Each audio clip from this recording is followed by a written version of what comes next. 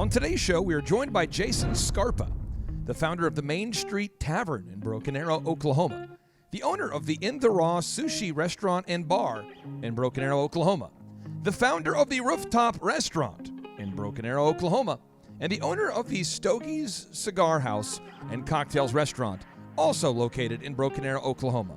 And on today's show, Jason Scarpa is joined with the mayor of Broken Arrow, Mayor Craig Thurmond, to share about what it's like to run a restaurant right here in the middle of America. If you want to open a restaurant, if you've ever thought about owning a restaurant, or maybe you do own a restaurant, you're going to love this show. And if you're somebody who just loves freedom and you love America and you love a success story, this is the show for you.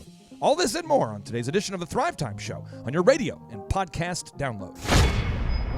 Some shows don't need a celebrity narrator to introduce the show, but this show does. 2 men, 8 kids, co-created by 2 different women, 13 multi-million-dollar businesses. Ladies and gentlemen, welcome to the Thrive Time Show. Now, 3, 2, 1, here we go! Started from the bottom, now we here. Started from the bottom, and we'll show you how to get here. Started from the bottom, now we here. We started from the bottom, now we here. We started from the bottom, now we here. Yes, yes, yes, and yes. Mayor Craig Thurmond, welcome back onto the Thrive Time Show. How are you, sir? I'm great. How are you doing, Clay? I'm always a little bit better when you come inside the studio. It's a beautiful Monday. I'm sure you've had a busy start to your week. As the mayor, what does it look like on a Monday for you? Well, the city, again, it's a volunteer position, so I don't have that many city items happening today. It just depends on the week. I mean, sometimes I'm sure it'll pick up, tomorrow, getting ready for city council meeting tomorrow night. So we got a few items, had a couple phone calls, but it's a lot of paint work today, which is good. Now, I understand that you had a little bit of involvement there, Mayor Craig, in helping to develop what is known as the Rose District, Yes. or downtown Broken Arrow. What has been your involvement in helping to develop the Rose District, or your lack of involvement in developing the Rose District? Well, we started out in 2004 with our downtown master plan. That was a concept that we came up with to try and do something downtown. But the Rose District really has been the last probably 8 years or so. In fact, Jason, who's on today, was there before it was even the Rose District. He started his Mainstreet Tavern when we had nothing there, and so it was definitely a leap of faith for him, and he really took off and got it started. Are you telling me that today's guest is connected to the Mainstreet Tavern? What's this Yes. guy's role with the Mainstreet Tavern? He's the owner of Mainstreet Tavern. Oh, wow, I'm getting nervous now. Okay, Jason Scarpa, welcome on to the Thrive Time Show. How are you? Hi, Clay. I'm good. Thanks for having me. Hey, I got to ask you, I love your food there. I love your restaurant. Do you have other restaurants or the one restaurant? Or? We have several in downtown Broken Arrow. Tell us about them. Now the Rose District. So you mentioned Mainstreet Tavern. Right above that, we actually have a private event space called Mainstreet Loft where we do parties and catering. We have the Broken Arrow location of In the Raw Sushi. That's your restaurant too? Yes. Okay. And then above In the Raw, we have the Rooftop, Really? which is a pizza place, and we have a large outdoor patio. Is it called the Rooftop Eatery, or what do you call it? Just call it the Rooftop. So you're the founder of the Mainstreet Tavern. You're the owner of In the Raw Broken Arrow. Yes. Are you the founder of the Rooftop concept? Yes, that was my concept. In the Raw was around before me, so I kind of bought into that franchise. Yep. But I invented the Rooftop concept, and then we also bought Stogie's Cigar House and Cocktails across the street down there, and that was a pre-existing business before we took over. And you're the owner of the Stogie's? Yes, Stogie's Cigar House. How do you and spell Cocktails. Stogies. Stogie's Cigar House and Cocktail? Yep. Okay. And we have a Facebook page and Instagram, so if people search for it. And so Stogie's Cigar House and Cocktails? Is that what it's called? Yes, and that's our only location that doesn't serve food. Do you know that nobody makes money in the restaurant industry? I mean, apparently you've not read the headlines here. You always hear people say, oh, man, you never want to start a restaurant because you just can't make it. It seems like you're doing well. I mean, Well, one of my favorite restaurant jokes is, how do you make a small fortune in the restaurant business? And the answer is you start with a large fortune. right, there you go. That's Unfortunately, that wasn't my case, but it's challenging. It's a very low profit margin business, so we have to run it tightly. But luckily, we have great local support from the mayor and the community at large. So let's say I go into I have been to the Mainstreet Tavern. I've been there a lot. I've probably been there maybe 20 times, maybe. You know? Great. I've been to the Rooftop. I'd say maybe a dozen times. I sort of live in Andolini's. I feel like I live there. I've been to the in the Raw one time. My wife's just not a big sushi fan, but I like the restaurant. You got to have you have to wow the customer, and the customer has to want to come back. But there also has to be an economic environment that's friendly, one where people feel safe, one where people feel like they want to go down there and look for something to eat or something to do.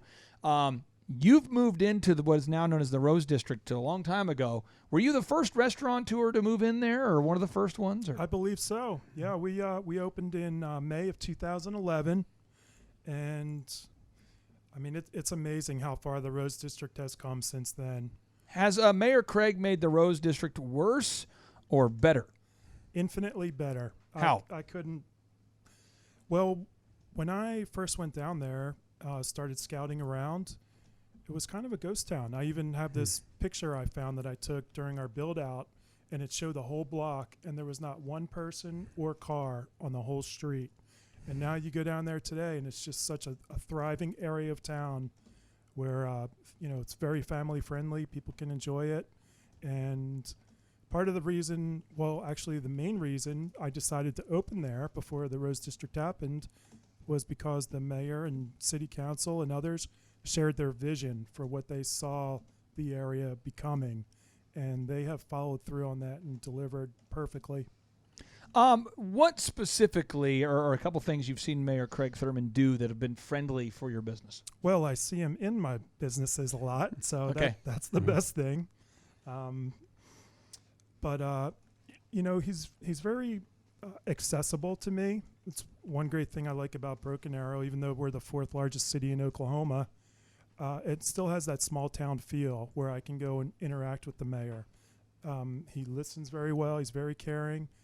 Even this year, when the pandemic was hitting and all the governments were trying to decide what to do, Mayor Thurmond actually reached out to me, and I'm sure other business owners, to get our thoughts on the situation, and he factored things like that into his decisions, which is extremely helpful. What did that conversation look like? I mean, did he call you up and is he? Because again, a lot of people don't get a chance to talk to their mayor, and I keep hearing more and more people tell me that Mayor Craig is great to work with. But you know this guy over here. He will not grab a megaphone and talk about how great he is. He doesn't put billboards up that talk about how humble he is. He doesn't. He's very humble guy. So I would like to give you a chance to share what the conversations are like. I mean, a lot of people just have no idea what that conversation would look like. We've had a lot of good conversations over the years since going back to before we opened Mainstreet Tavern. But humble is a great word to describe him. Yeah. He is incredibly smart and thoughtful, very well researched on how city governments should run and what's going on locally at the state and national level. I want to get into your restaurant for a second if we can here. Let's say that I go in there.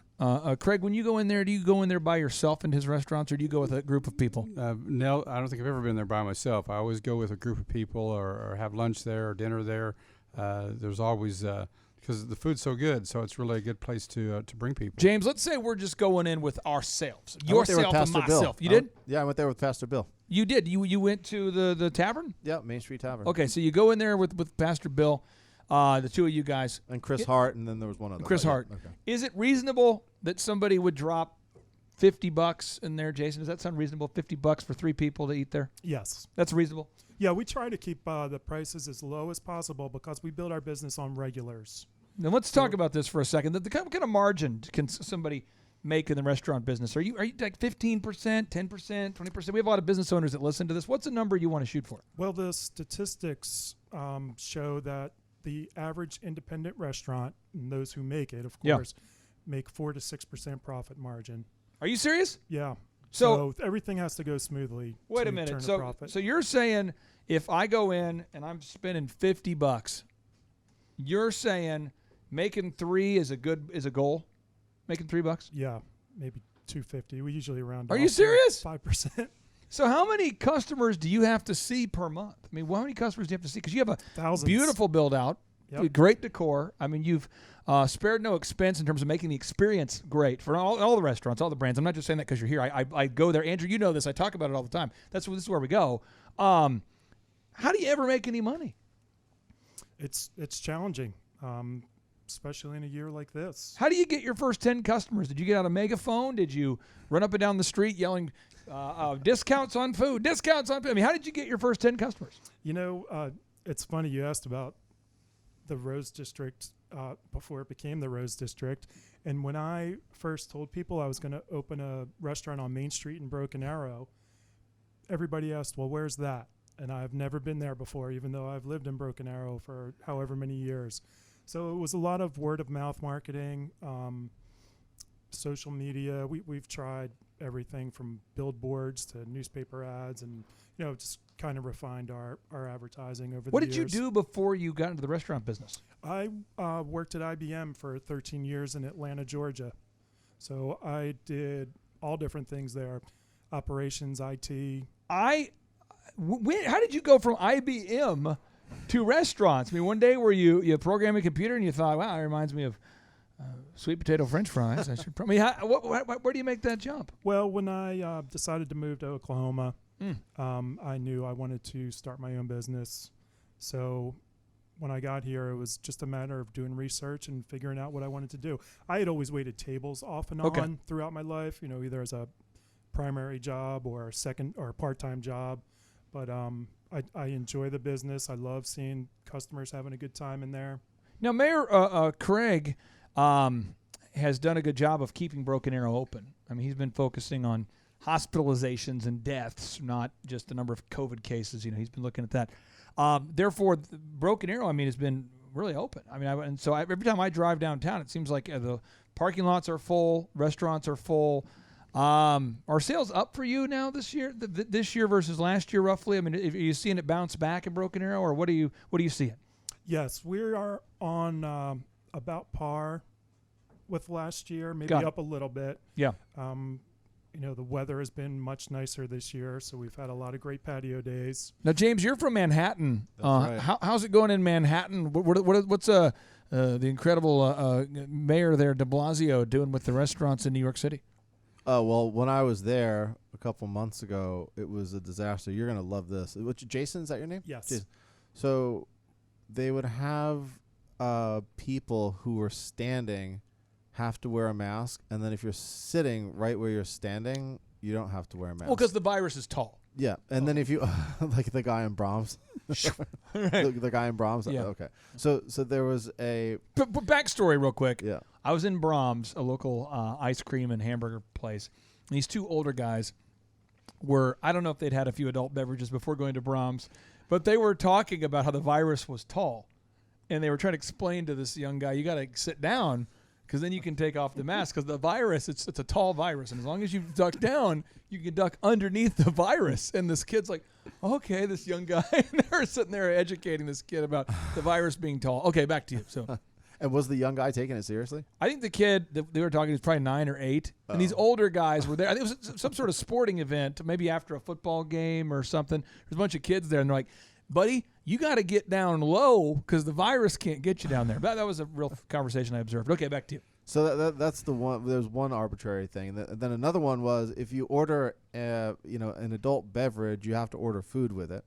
But if you don't order an adult beverage, you don't have to order food with it. Makes sense. I mean, And actually, they shut down one of my local spots that I went to. Get outta there here. Because the person wouldn't order food or didn't have food on the table, and they just had drinks. And they've fined him $35,000. are you doing that? order Is to that go. happening to you in Broken Arrow there, Jason? Is Mayor Craig fining you $35,000 for? Thankfully, no. Do you have friends and family that run restaurants in different parts of the country? Yes, I know some people in the business, and I was up by New York earlier this year, and have some friends in the business. And Where? they're Where were you? I was in Philadelphia, south and north New Jersey, and some of them have businesses in New York City. Yeah. And Gotcha. it's bad for them. And you never really know how much a local mayor can impact your life until it happens. So I guess my question I have for you is, on a scale of 1 to 10, you're a business owner. A 10 says, hey, I'm voting for Mayor Craig Thurmond next time around. I love this guy. A 1 is, I don't like him. For some reason, I don't like the guy. I'm not voting for him. To tell us, are you big pro Mayor Craig Thurmond guy at this point, or I'd give him a 10. 10? Yeah. Why? If I couldn't go above that. He's very thoughtful, selfless. He cares about the community. I'm amazed at how much time and effort Mayor Thurmond puts into this job. I call it a job, but it's really a volunteer position. Amen. I mean, I've served on boards with him. The amount of time, the trips he takes, Unpaid. Zero. Just so we're clear, in Broken Arrow, the mayor receives 0 compensation, which, if you round that up, it's still 0. Okay, continue. And it's a difficult job. Sometimes you're in a position where you have to make a decision, and not everybody is going to be happy. So Right. for him to deal with all those things for the good of the city, for no pay, I just have the utmost trust and confidence in him. Mayor Craig, we're going to give you a mega point. A mega point, sir. I love living in Broken Arrow. I love how much you've stand up for our constitutional rights, how much you have helped make this economy grow. It's just great to see these thriving businesses. I mean, downtown Broken Arrow is booming. Is that fair to say, Jason? Is it's booming? Yes, it's booming. It's booming. And Mayor Craig, how does that make you feel, sir, to see the vision come to fruition?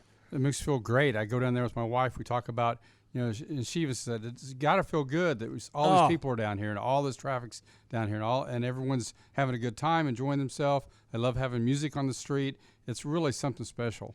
Mayor Craig, you're a great American, and by the way, you have a career in modeling. I think if the whole mayor thing doesn't work out for you, if you don't win this next term, you can always fall back in modeling. Have you ever spent time doing modeling? No. I know you were in the Marines. No, yes, I was in the Marines. You just skipped right from Marines into mayorship. You never went into the hand modeling career? No, or the mayor? no. It's interesting. Jason, can you believe that? I mean, have you believed he's not a male model at this point? Hard to believe. Hard to believe. All right. Well, we like to end each and every show with a boom. And folks, if you are in need of a hand model or a mayor, don't call our guy. We like our guy here in Broken Arrow. Mayor Craig Thurmond is not available. Do not call him. We'll wait for if you win the next election, sir. Is this your final? This is my final one. It'll be last 4 years. So where can we vote? Where can we vote? When can we vote? How does it work? April 6th, 2021. Anywhere that any of your polls. April 6th, 2021. Vote for Mayor Craig Thurmond. Now, without any further ado, we like to end each and every show with a boom. So here we go. 3, 2, 1, boom. Boom.